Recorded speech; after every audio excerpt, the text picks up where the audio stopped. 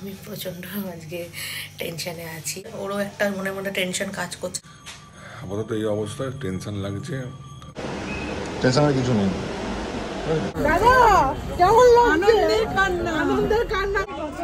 আচ্ছা কেন কেন না খবর আছে কি রে? আচ্ছা ওই যে ভাই কিন্তু ভিডিও রেকর্ডিং করো না, তুমি যাকে hello everyone, good morning, welcome back to the channel to a new blog.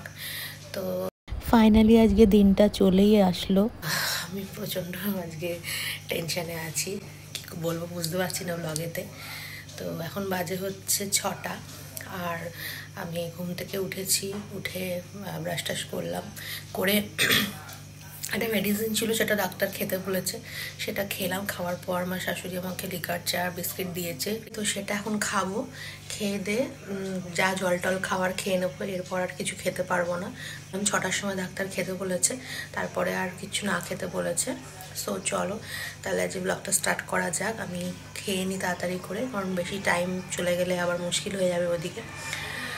আর আমি এখানে এসে ব্লগটা করছি কারণ ভেতরে ঘুমোচ্ছে সবাই, মনীষা, সুদীপ্তা, আমার বর সবাই ঘুমোচ্ছে। আমার বর উঠে পড়েছে, ওরও একটা মনে মনে টেনশন কাজ করছে যার জন্য উঠে পড়েছে। বাট ওরা তো ঘুমোচ্ছে, তার জন্য আমি আর ওখানে ব্লগটা ইন্ট্রো দিলাম না, ভাবলাম যে ওদের ডিস্টার্ব হবে, তাই জন্য বাইরে এসেই কথাটা বলছি। আমার শাশুড়ি উঠে পড়েছে, সবাই একটুখানি টেনশনেতেই আছে। আর কালকে আমার মা এসেছিলো, মাসিরা এসেছিলো, সবাই দেখা করতে এসেছিলো, মেজি মাসি ফোন করেছিলো, সবাই ফোন টোন করছে যে টেনশন করবি না, সব ঠিকঠাক হয়ে যাবে, সবাই আমাকে ফোন টোন করেছে। তো যাই হোক, তাও তো একটা টেনশন তো হয়, যতই সবাই বলুক। ফার্স্ট টাইম এরকম এক্সপিরিয়েন্স আমার কোনোদিনও হয়নি, আমি জানি সবারই ফার্স্ট টাইমই হয়, তাও একটা মনে আমার ভয় লাগছে। যাই হোক চলো তাহলে এবার খেয়ে নিই খাবারটা, নয়তো বেশি দেরি হয়ে গেলে আবার মানে মুশকিল। গুড মর্নিং সবাইকে। আজকের দিনটা খুবই গুরুত্বপূর্ণ একটা দিন আমার কাছে, কারণ আজকে আমার বউয়ের ডেলিভারি। তো এভরিডে আমার ঘুম ভাঙে সকাল 7টা থেকে 7:30, কিন্তু আজকে 5টায় ঘুম ভেঙে গেছে। তো 5টা থেকেই জায়গা, ফ্রেশ হয়ে এখন বাজে 7টা। একটু কিছু বাজার করতে হবে, তো বাজারটা করে এনে তারপর ওকে নিয়ে বেরোবো। তখন ওই 7:30 পৌনে 1টার সময় ওকে বেরোবো, 8টার সময় ভিজিট আছে।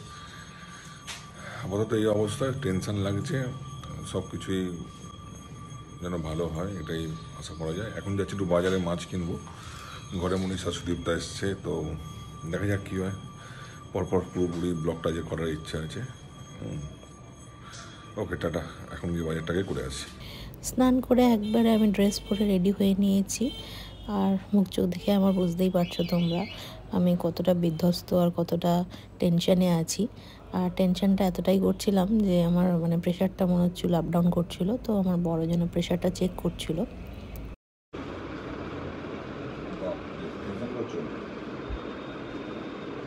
টেনশন করলে কিন্তু আরও দিয়ে খারাপ হবে। টেনশন করার কিছু নেই, বুঝতে পারবে না। 170 উঠছে, বুঝতে পারছি, মানে 130-135 আছে, খালি আছে। একদম টেনশন করো না, কিন্তু কোথায় ঠিক আছে, বেশি আসছে। বেরোনোর আগে একটুখানি ঠাকুরকে নমস্কার করে নিলাম। কোনো কিছু শুভ কাজ করতে যাওয়ার আগে আমরা সবসময় অলওয়েজ আমাদের ভগবানকে মনে করি, যাই কিছু হোক না কেন। তো সেটাই আমার ক্ষেত্রেও সেম ব্যাপার।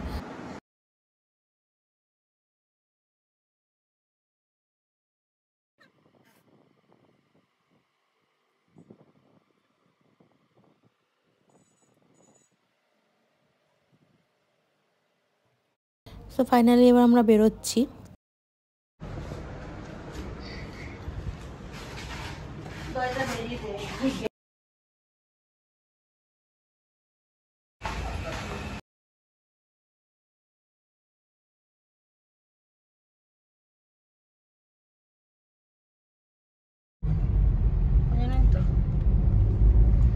সো আমরা বেরিয়ে পড়েছি ফাইনালি, আজকে দিনটা চলেই এসছে, তাই তো না? একদম। কেমন লাগছে?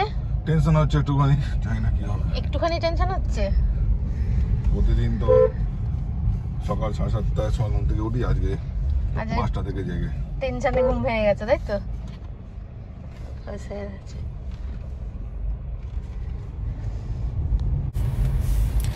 সো এখন যাচ্ছি আমার মাকে তুলবো বাড়ি থেকে। এখন মাকে আগে তুলবো, তুলে তারপরে হসপিটালে যাব। আর মনীষা সুদীপ্তরা স্কুটিতে আসছে, কারণ এখন তো হবে না, হবে গিয়ে বেলায়, এখন জাস্ট ভর্তি হচ্ছি আমি। তো ওরা অতক্ষণ থেকে কি করবে সবাই, তো ওই জন্য ওরা স্কুটি করে যাচ্ছে, ওরা আবার চলে আসবে বাড়ির সামনের থেকে, সামনে বেশি দূর তো নয় হসপিটাল। সো চলো যাওয়া যাক। আমি প্রচণ্ড টেনশন করছি বলে আমার প্রেশারটা হাই আসলো ঘরের মধ্যে, মাপলাম। তো টেনশন মানে চাইছি না করব, তাও একটা হয়েই যাচ্ছে, জানি না কেন। তো চলো যাওয়া যাক, তোমরাও প্রে করো যেন সব কিছু ঠিকঠাক থাকে। আর কি আর বলবো, যাই হোক। এই যে আমার মা আসছে, মা বলছিল ফার্স্টে ভাইকে নিয়ে যাবে, জানলাম যে কেন ভাইকে নিয়ে যাবে, চলো আমাদের সাথেই চলো, গাড়ি তো ফাঁকাই যাচ্ছে।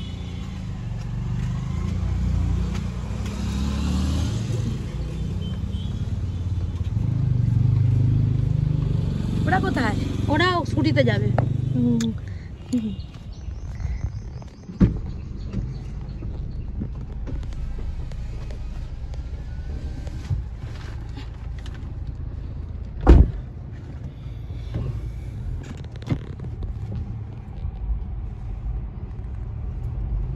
কেমন লাগছে মা? ভালো লাগছে, সব ঠিক হবে, খুব সুন্দর হবে সব। ভালো লাগছে? টেনশন হচ্ছে না তো? না না না, টেনশন ঠাকুরকে ডেকে ঠাকুরের ফুল নিয়ে এসছি আমি মাথায় ঠাকুর বলে, জগন্নাথ দেবের ফুল নিয়ে এসছি পুজো করে।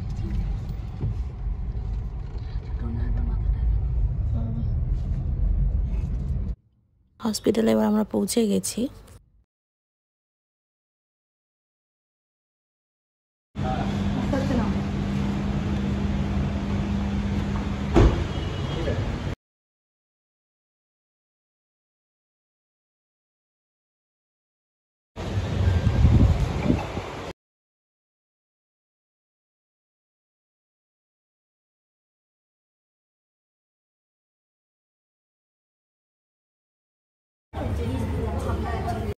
পৌঁছানোর পর বেশ অনেকক্ষণ বসেছিলাম নিচে, কারণ ফর্মটা ফিল আপ করা হচ্ছিলো অ্যাডমিশনের জন্য।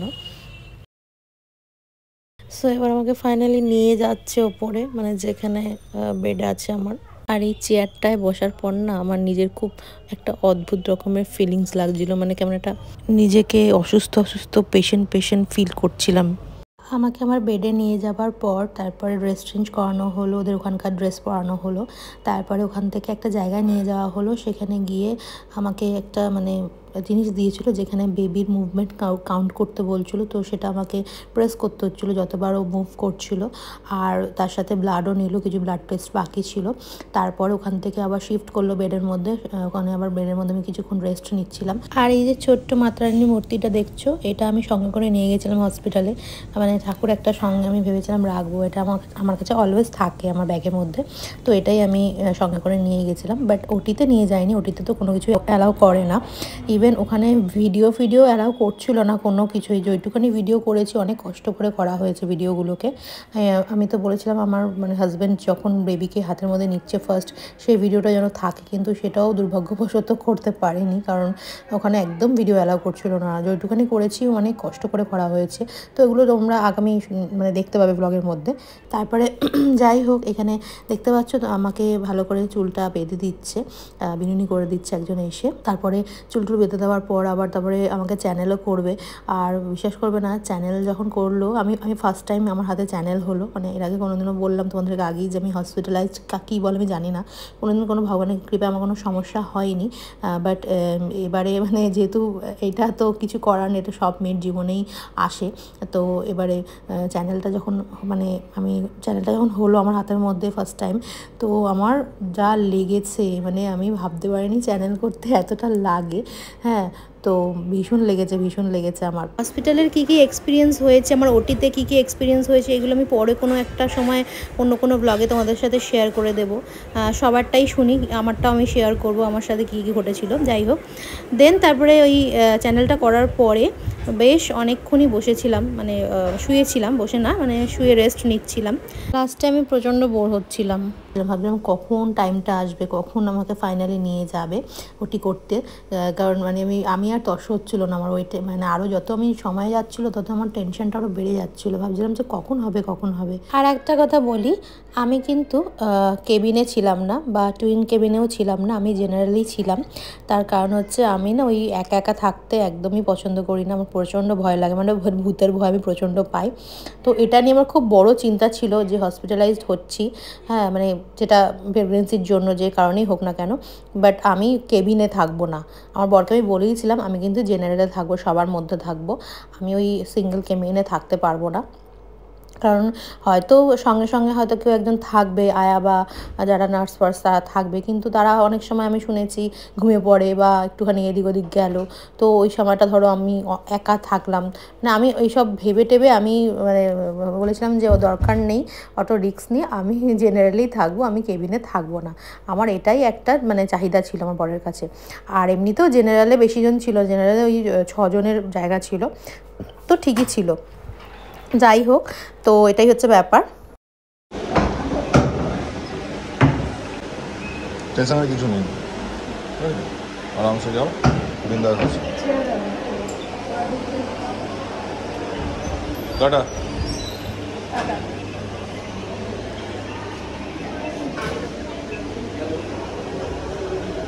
সো এবার আমাকে ফাইনালি নিয়ে যাচ্ছে ওটিতে।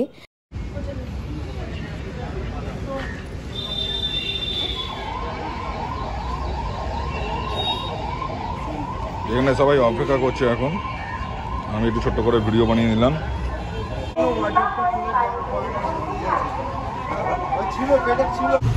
সুস্মিতাও এসছে, আর এদিকে 2 পাগলি, জল, চিড়ে ভাজা, এসব কিনেছে। সব কেক, 2টো কেক খেয়ে নিলাম, অলরেডি 4টে কেক খাওয়া গেল। 3টে হয়ে গেল অলরেডি কেক, 1 কাপ চা, 4টে কেক হয়ে গেছে। অ্যাডমিট তো সকাল সকাল হয়েই গিয়েছিলাম, কিন্তু ডক্টর আমাদের বলেই ছিল যে ডেলিভারি হতে হতে মোটামুটি 3টে থেকে 4টে বাজবে, তো সেটাই হয়েছে। তার জন্য সবাই সকালবেলা আমাকে অ্যাডমিট করে দিয়ে চলে গেছিলো যে যার বাড়িতে। তারপরে লাঞ্চ টাঞ্চ করার পর আবার এসছে সবাই, আর সবাই এখানে বসে আছে দেখতেই পাচ্ছ। প্রায় হসপিটালে আমার লোকই মনে হয় বেশি ছিল, মানে পুরো ভরে গেছে আমার বাড়ির লোকেই। আর সবাই বাইরে বসে ওয়েট করছিল, ভাবছিল কখন নিউজটা শুনবে যে মানে হয়ে গেছে ডেলিভারি, মেয়ে হয়েছে না ছেলে হয়েছে। সবার মধ্যে এই এক্সাইটমেন্টটা কিন্তু বিশেষভাবে ছিল, আমার তো ছিলই, প্লাস সবারই ছিল। যাই হোক,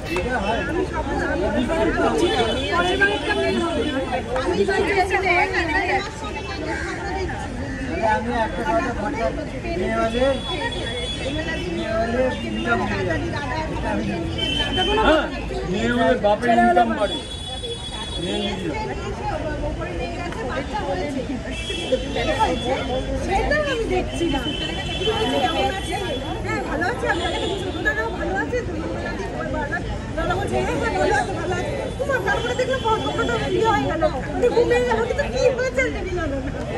এখানে বাইরে বসে বসে বুঝতেই পারছো কিসের গল্প হচ্ছে, এখানে ওই মেয়ে না ছেলে সেটা নিয়েই জল্পনা চলছিল সবার মধ্যে। তো ফাইনালি এবার সেই সময়টা চলেই এসছে যে সময়টা জানতে পারা যাবে যে ফাইনালি কি হলো, মেয়ে হলো না ছেলে হলো। তবে এই মেয়ে হলো না ছেলে হলো সে এই জিনিসটা কিন্তু আমি এই ব্লগে এখন আমি বলছি না, আমি সেটা পরে অন্য কোনো ব্লগেতে বলে দেবো, মানে জেন্ডার রিভিল করে দেবো। এই ভিডিওটা শুধু একমাত্র আমার মানে হসপিটালে ডেলিভারির যেদিনকে মানে কী ঘটনা ঘটেছে সেগুলো শুধু দেখাচ্ছি, আর জেন্ডার রিভিলটা এখন করব না, আর ফেস রিভিলও এখন করছি না, ফেস রিভিলটাও পরে করব। তো খুব এক্সাইটেড হয়ে গেছে, দেখতেই পাচ্ছ আমার বর, সবাই খুব এক্সাইটেড। তো এবার চলো এবার ওপরে যাওয়া যাক, ওপরে গিয়েই জানতে পারা যাবে যে কি হলো। তাহলে তোমরা কিন্তু এখন জানতে পারবে না, তোমরা কিন্তু পরেই জানতে পারবে। আর আমার বর তো আমাকে নিয়ে খুব টেনশন করছিলাম, যেটা পরে শুনলাম সবার মুখে, আমাকে যতক্ষণ না বার করছিল সেটা নিয়ে খুব টেনশন করছিল, কারণ আমাকে মানে হয়ে যাওয়ার পরে অবজারভেশনে রেখেছিল বেশ প্রায় 1 ঘন্টা মতন। তো তার জন্য ও মানে বাচ্চা হয়ে গেছে শুনেছি, কিন্তু আমার কি হলো সেটার জন্য ও খুব টেনশন করছিল। এখানে সবাই জানতে পেরে গেছে যে কি হয়েছে, ছেলে হয়েছে না মেয়ে হয়েছে, আর ভীষণ খুশি হয়েছে সবাই, সবাই খুব আনন্দ করছে দেখতেই পাচ্ছ।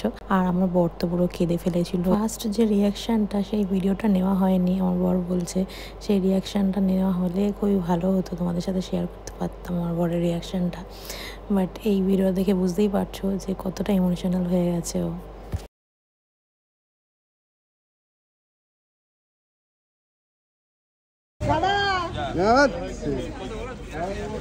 দাদা কেমন লাগছে? আনন্দের কান্না চোখ দিয়ে জল বেরিয়ে গেছে। কেঁদে না।